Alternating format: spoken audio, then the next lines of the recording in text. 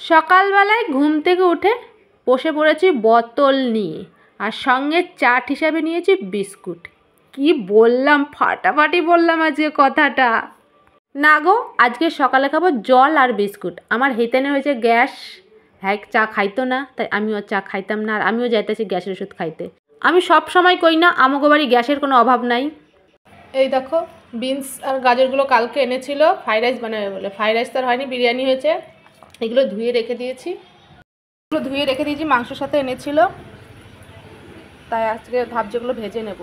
যে কোনো একটা ভাজবো, বিনস ভাজবো না গাজর ভাজবো। আর আমাদের ঘন্টু চলে এসছে, দেখো ঘন্টি সোনা, আমাদের ঘন্টি সোনা তুমি চলে এসেছো, বিস্কুট খাবো একটা, তারাও দিই।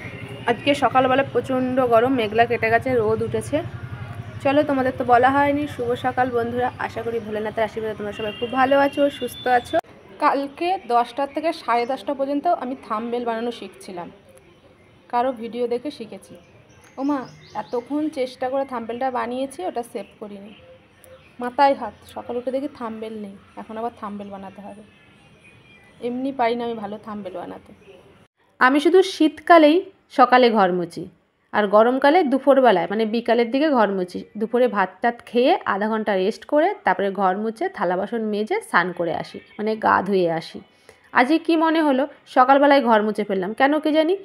আমার কাজটা কিন্তু এগিয়ে গেল, কিন্তু বিকাল হতে হতে আমার ঘরটা পুরো গোয়াল ঘর করে ফেলবে আমার মেয়েরা। এখন ঘর মুছে একটু থালা বাসন মাজবো, তারপরে বাসি কাপড় ছেড়ে ভাত বসাবো। আর আমার বরমশাইকে গরম জল দিয়ে বিট নুন দিয়ে দিয়েছি, গ্যাস হয়েছে বলে। সকালে চা তো খাইনি বললাম, সেজন্য আমিও চা খাইনি। এই দেখো ভাত বসিয়ে দিলাম, ভাতে আলু সিদ্ধ দিয়ে দিয়েছি, প্রেসারে বসিয়ে দিয়েছি ডাল সিদ্ধ হতে। আর রাস্তায় এসেছে ছাতু, সেটাই আনতে যাচ্ছি।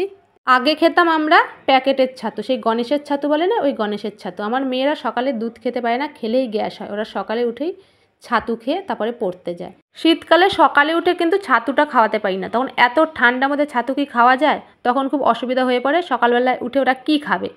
আর এই ছাতুগুলো রাস্তার থেকে নিচ্ছি বলে ভেবো না ছাতুগুলো খারাপ, ছাতুগুলো কিন্তু ভালো, প্যাকেটের মতনই ছাতুগুলো খেতে।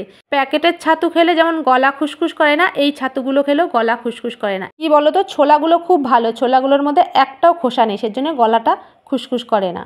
আমি দিমু এখন আমার হেতেন্ডে মুড়ি, হ্যার বলে খিদা লাগছে, সকালে তো চা খাই নাই। আমি তো কইলাম হ্যার গ্যাস হয়েছে, এখন হ্যাই খাবো জল মুড়ি আর ভিজা ভাতে সরাসরি। ভাবছিলাম দুজনে মিলা খামু ভিজা ভাত, তাহলে যদি শেষ হয়। এখন আমারই গিলতে হইবে একা একা, যা খামু খামু আর ফেলাই দেবো, কিচ্ছু করার নাই। এত ভাত কী করে গিলুম আমি একা একা। আজকে রান্না হবে ডাল, বিনসগুলো আছে তোমাদের সকালে দেখালাম, বিনস ভাজা।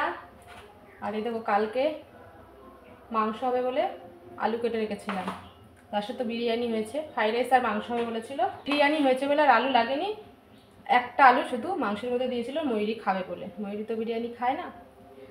আর এই যে জলের বোতলগুলো আমার দিকে সব তাকিয়ে রয়েছে, এখন জল ভরবো। এদিকে ভাত হয়ে গেছে, ভাত নামাবো।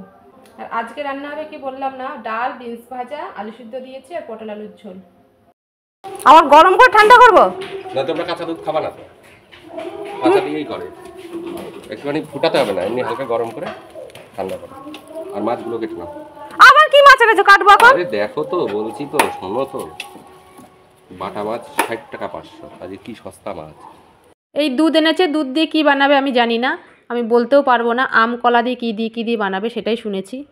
চলো দেখি মাছগুলো বড় না ছোট। ছোট হলে তো আমার আজকে বাপের নাম ভুলে যাবে, আর বড় হলে তাড়াতাড়ি কাটা হয়ে যাবে। আমি মাছ কাটতে পারি না কেন জানো, আমার ঘাড়ের খুব প্রবলেম, ঘাড় প্রচণ্ড ব্যথা করে নিচু হয়ে কিছু কাজ করলে।